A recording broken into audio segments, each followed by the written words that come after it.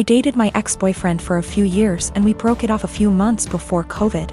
We were both madly in love and I'm still not over him. My best friend knows this. A few months ago, she started getting distant from me and it's super unusual for me because she needs me for everything. Like just a few things that I helped her do: find colleges, apply to colleges, help donate money for her college fund, help her build her resume, find her therapy, find her a job, and countless other things. I even paid for a lot of stuff for her, like going on trips and such. She didn't really do much for me and was somewhat of an emotional support because we'd always talk about her. But then I really didn't mind and didn't care what I did for her. She was my BFF and you are best friends. They're sisters. Last month, she broke and told me that the reason that she's so distant is because she's quarantining with my ex and they're a thing. Whatever hopes I had of getting back to my ex are squashed because I don't think I can get over him hooking up with my best friend. I'm super heartbroken and I know that you don't own people, but that doesn't mean that you can't be upset about their betrayal. Yes, dating your best friend's ex that she still loves is a betrayal. She asked me if I was happy for her, because she finally got a good job and a nice boyfriend. That job she has is solely because of me, because I asked an old acquaintance to return a favor by hiring my best friend. He wanted to hire someone else, but I begged him to hire her.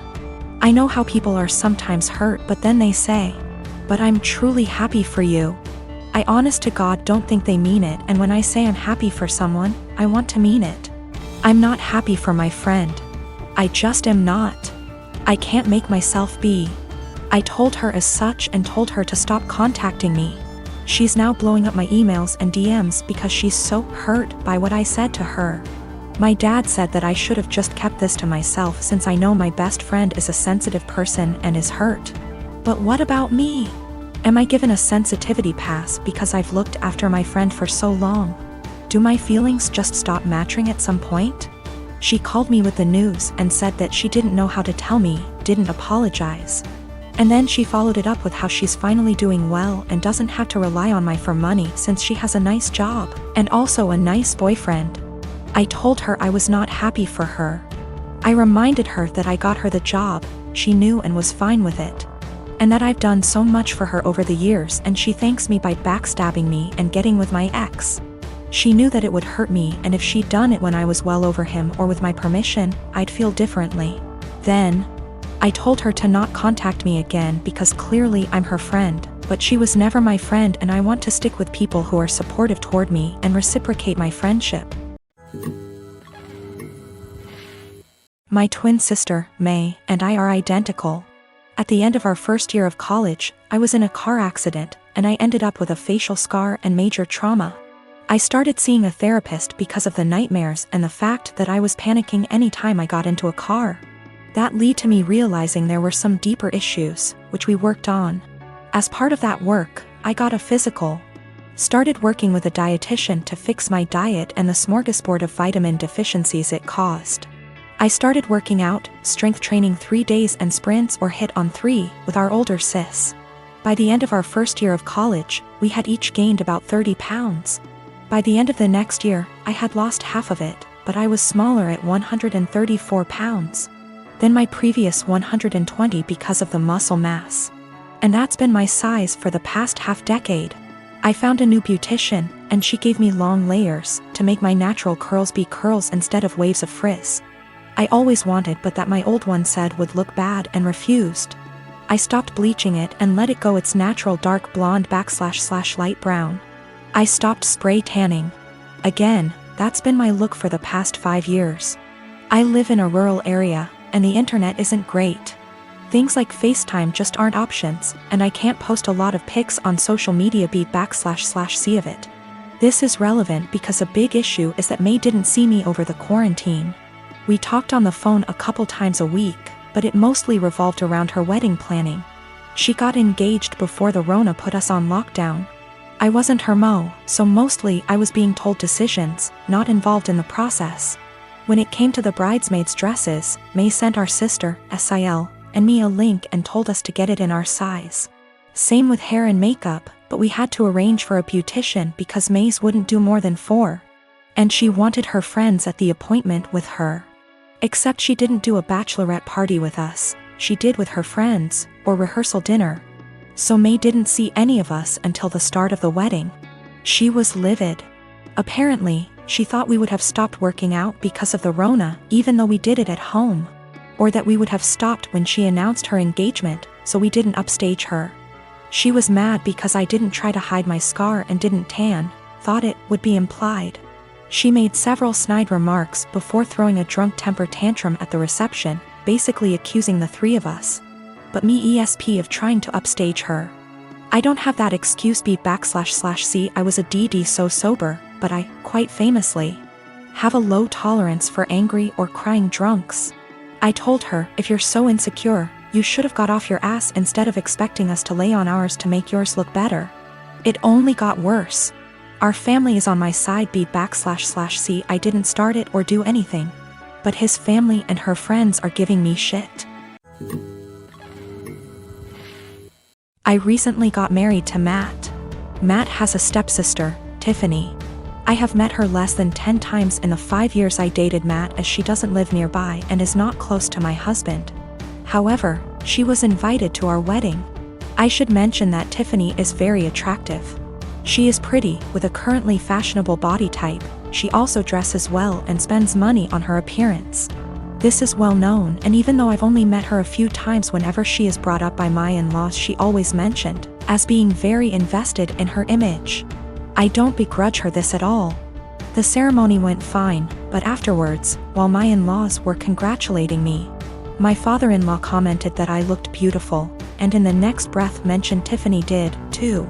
His wife caught his eye and shook her head, but I ignored it. When Tiffany came over to say congratulations, she looked stunning. Her dress was beautiful and fitted her perfectly, her hair and makeup looked like they'd been done professionally.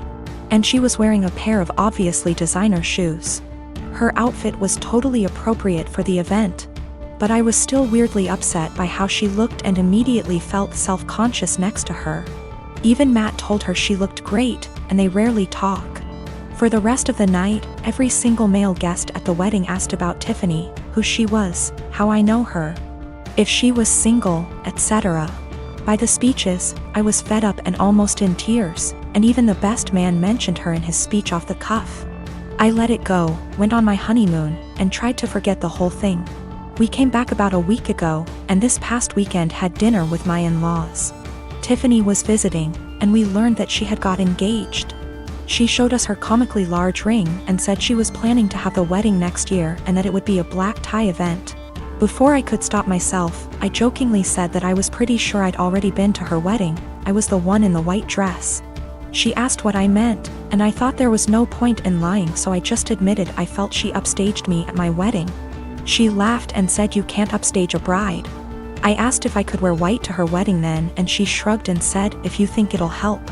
She then apologized if I felt her outfit was inappropriate. My in-laws moved the conversation on, and we went on with dinner. When we got home, my husband blew up on me, saying I embarrassed him by being petty and jealous of Tiffany. He said he doesn't even like her, but even he knows she can't do anything about what she looks like or the clothes she can afford. And I made myself look bitter and childish, and him by association. I admit it wasn't my best moment. But I thought he would at least understand how I felt given that he heard everyone's comments that night. He's demanding I apologize to Tiffany and his parents, but I don't think I said anything that heinous. I'm 15 years old. I have a stepsister who is a couple years older than me, and she is really seriously disabled. I'm not sure what's wrong with her because no one ever wants to discuss it with me, but she's nonverbal, breaks her bones a lot, and has severe epilepsy and will have many fitting episodes. She also doesn't understand stuff. That's probably the easiest way to put it. She's just a human body with nothing inside. She's my stepmom's daughter. My stepmom married my dad 3 years ago, and they dated only for a year before that. I don't know my stepmom very well, and I don't really get on with her. We are respectful to each other, but I'm basically living with strangers because she's so busy with her daughter and my dad. I am always on my own, and I used to hate it, but I'm used to it now. Ever since they moved in to live with us, life changed drastically for me because all the care now revolves around my stepsister. That's fine, I get it. but both my stepmom and my dad ask me to do things for my stepsister that I don't want to do and I resent doing. Stuff like staying home when I want to go to the mall with my friends. They're disappointed that I don't get her anything for her birthday with my very limited funds, etc. My own mom passed away when I was small, so I can't go and stay anywhere else, and all in all I'm just a lot more angry than I used to be, because they seem really disappointed whenever I say I don't want to do anything for her. Even stuff like feeding her, like, I don't want to sit there feeding her banana pudding and wiping her drool. I didn't ask for this. Anyway, she recently fell a few days ago and had a seizure for 8 minutes. She was taken to hospital and the doctors want to keep her in and look after her. I don't want to go and visit her.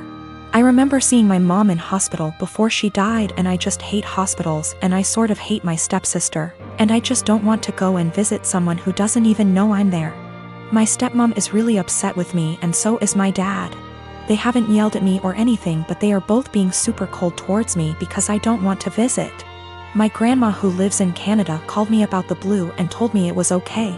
And I don't need to force myself to go to the hospital, so I'm assuming my dad has told her I'm refusing to go. He keeps pleading with me, but I keep telling him I'm not doing it. I told him hospitals remind me of mom, and he got even more upset and said my stepsister might die and I need to stop being so selfish towards my stepmom.